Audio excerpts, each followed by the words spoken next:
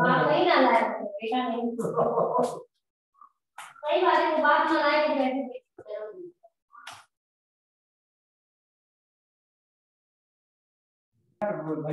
Good morning sir. Good morning. Sir वो मेरे यहाँ नेटवर्क की बहुत ज्यादा प्रॉब्लम है, इस वजह से हम वीडियो ऑन नहीं करते हैं। ठीक है सर आप सुबह क्लास में बोले हैं तो हम इसलिए बोल दे रहे हैं। ठीक है।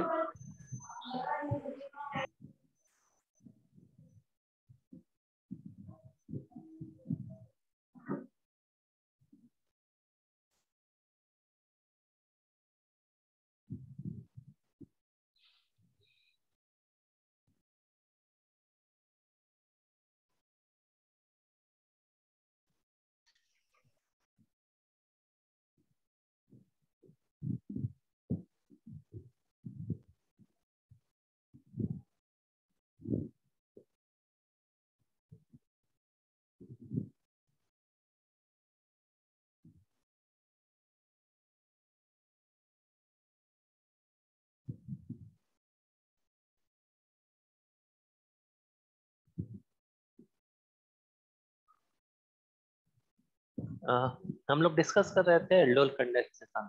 एल्डोल कंडेंसेशन के बाद mechanism of the dehydration of aldol product.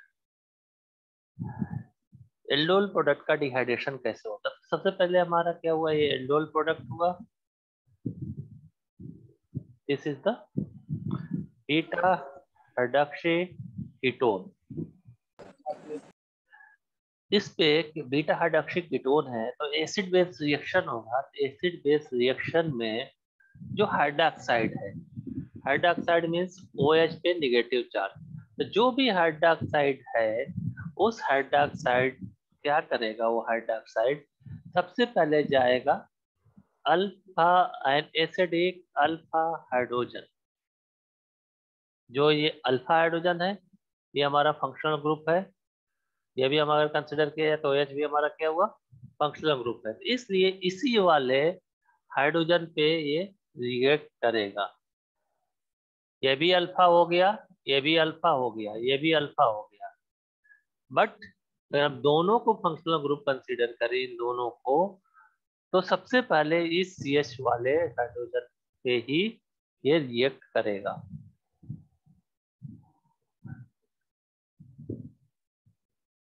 तो जो OH है, OH जाएगा और इस हाइड्रोजन पे अटैक करेगा। ये हाइड्रोजन यहाँ से बांड टूटेगा, यहाँ से H प्लस बाहर निकलेगा। जब H प्लस बाहर निकलेगा तो ये दोनों मिलकर क्या बना देंगे, H2O। ये दोनों मिलकर बनाएंगे H2O और ये बांड टूटेगा और इस कार्बन पे क्या हो जाएगा, निगेटिव चार्ज हो जाएगा। इस कार्बन पे निगेटिव चार्ज होगा। इतना स्टेप सबको समझ में आया? Yes sir. इसके बाद क्या होगा, जो कार्बन पे निगेटिव चार्ज हो गया, फिर निगेटिव चार्ज क्या होगा, ये शिफ्ट करेगा और ये निगेटिव चार्ज से ये वाला शिफ्ट होगा इस बॉन्ड पे। यहाँ पे डबल बॉन्ड का फॉर्मेशन हो जाएगा और ये OH बाहर निकल जाएगा।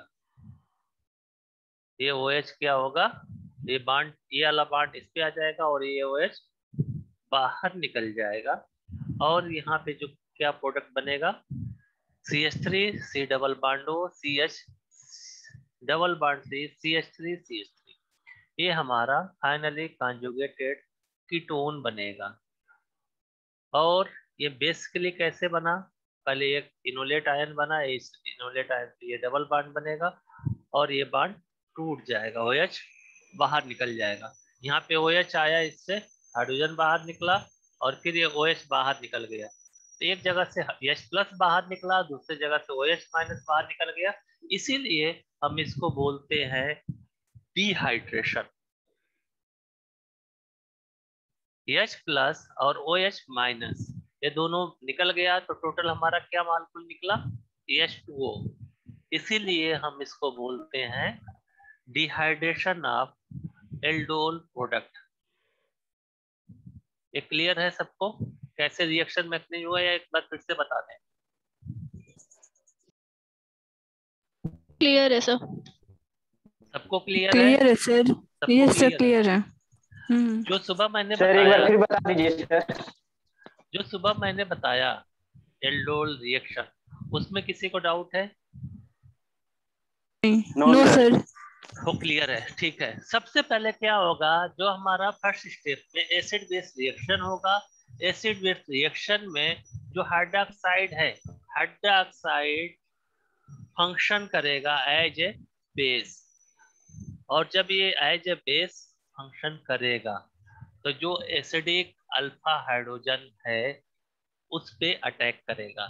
तो ये हमारा अल्फा हाइड्रोजन हुआ CH2 का, इस वाले कार्बन पे अटैक करेगा, और यहाँ पे क्या होगा, ये हाइड्रोजन से, ये हाइड्रोजन यहाँ से बाहर निकलेगा और बांड टूट जाएगा, और यहाँ से H2O ये मिलके बाहर निकल जाएगा, ये बांड ब्रेक होगा और इस कार्बन पे नेगेटिव चार्ज हो जाएगा।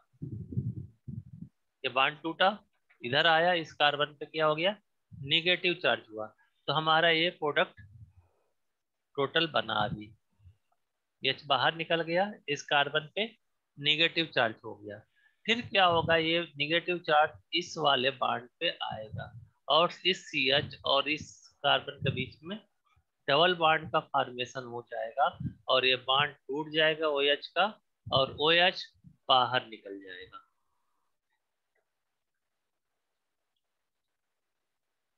ये नेगेटिव चार्ज, इस पे डबल बांड का फॉर्मेशन हुआ, ये बांड टूटा और यहाँ पे नेगेटिव चार्ज हो गया, और ये पूरा OH बाहर निकल गया। ये हमारा OH बाहर निकल गया, और हमारा regenerating hydroxide giving the conjugated ketone C double bond से डिस्प्लेस द रिलीविंग ग्रुप, और हमारा फाइनल डिहाइड्रेटेड एल्डोल प्रोडक्ट बन जाएगा। ये हमारा रिएक्शन मैकेनिज्म है, dehydration of the aldol product.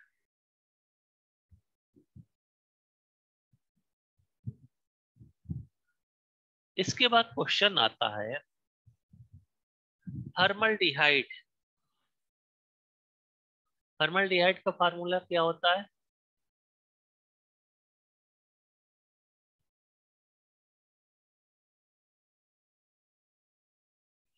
What is formaldehyde? Sir H CH2। तो हमारा क्वेश्चन है why formaldehyde does not give aldol reaction in alkaline medium.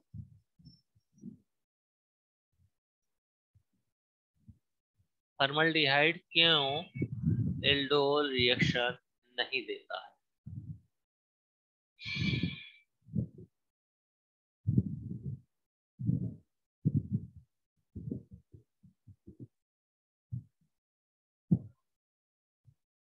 अभिषेक बर्नवाल, क्यों फॉर्मल्डिहाइड एल्डोल रिएक्शन नहीं देता है?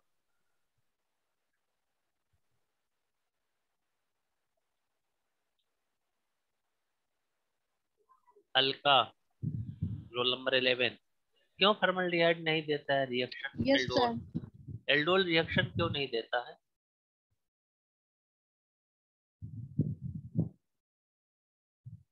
आंचल सिंह,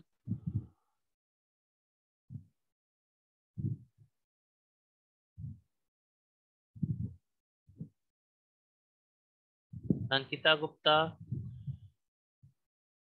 अर्चना यादव, यस सर। क्यों एल्डोल रिएक्शन नहीं देगा फॉर्मल्डिहाइड? सर क्योंकि शायद क्योंकि इसके पास अल्फा हाइड्रोजन नहीं है, अल्फा शायद, कार्बन भी नहीं है। तो शायद इसमें क्या होता है, एल्डोल रिएक्शन के लिए सबसे पहली रिक्वायरमेंट होती है उसमें अल्फा हाइड्रोजन होना चाहिए। अल्फा हाइड्रोजन का मतलब वो हाइड्रोजन जो अल्फा कार्बन से जुड़ा है। तो फॉर्मल्डिहाइड में अल्फा कार्बन ही नहीं है। जब अल्फा कार्बन ही नहीं है तो अल्फा हाइड्रोजन ही नहीं होगा। जब अल्फा हाइड्रोजन ही नहीं होगा तो रिएक्शन ही नहीं होगा।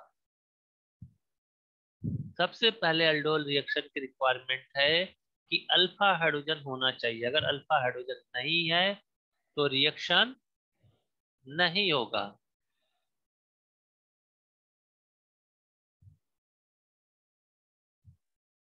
For the carbonyl compound to undergo aldol condensation, the necessary condition is must passes at least one alpha hydrogen. An alpha hydrogen is a hydrogen attached to a alpha carbon, while an alpha carbon is the carbon attached to directly to the functional group. तो जो हमारा formaldehyde है SCHO has only one carbon, which is carbonyl carbon, known as the functional group, and there is no alpha carbon present and hence no alpha hydrogen, so that formaldehyde does not undergo aldol condensation. सबसे पहले aldol condensation के लिए बताया गया था कि alpha hydrogen होना चाहिए और एसिटल एल्डिहाइड में अल्फा हाइड्रोजन नहीं होता है, इसलिए एल्डोल कंडेंसेशन रिएक्शन नहीं होगा।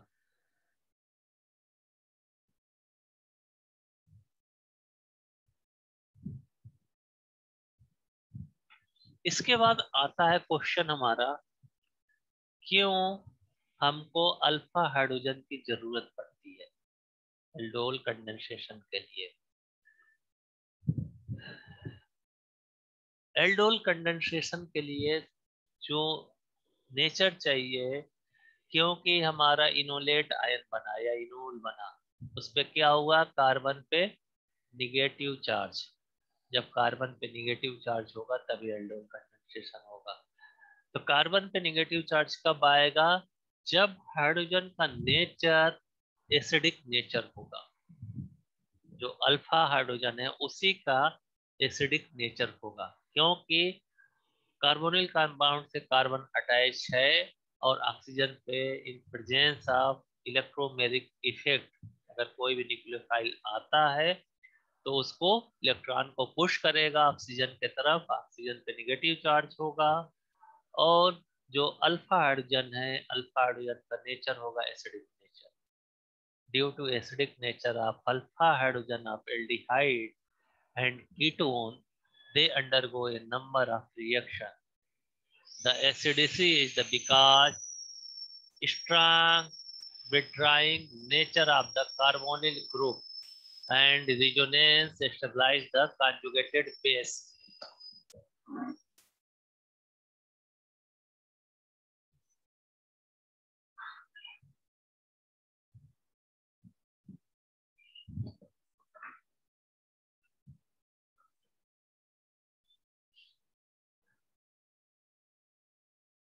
जो कार्बन और हाइड्रोजन होता है, अगर ओनली हम देखें कार्बन और हाइड्रोजन बॉन्ड को, तो proton is not acidic enough, वो पूरा एसिडिक नेचर के नहीं होते हैं। लेकिन वही जब अल्फा हाइड्रोजन हो जाता है इन प्रेजेंस ऑफ एल्डिहाइड या कार्बोनिल ग्रुप, कार्बोनिल ग्रुप का मतलब एल्डिहाइड या कीटोन, तो क्या हो गया, हाईली इलेक्ट्रोफाइल, या हम उसको बोलते हैं hard electrophile, hence the base. तो हम हार्ड इलेक्ट्रोफाइल को हम बेस भी बोलते हैं, और ये प्रीफर करता है carbonyl carbon leading to alcohol and acid. इसलिए हमारा जो अल्फा हाइड्रोजन है वो नेसेसरी होता है एल्डोल कंडेंसेशन के लिए।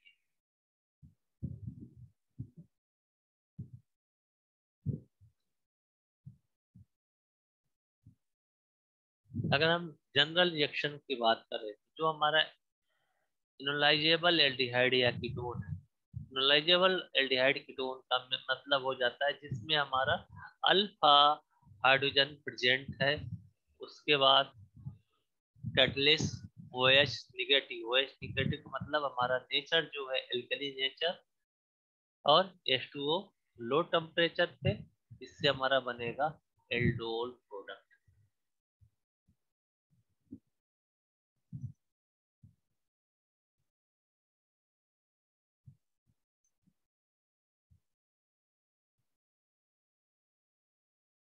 नेक्स्ट पॉइंट आता है हमारा acidity of alpha hydrogen and ketoenol tautomerase.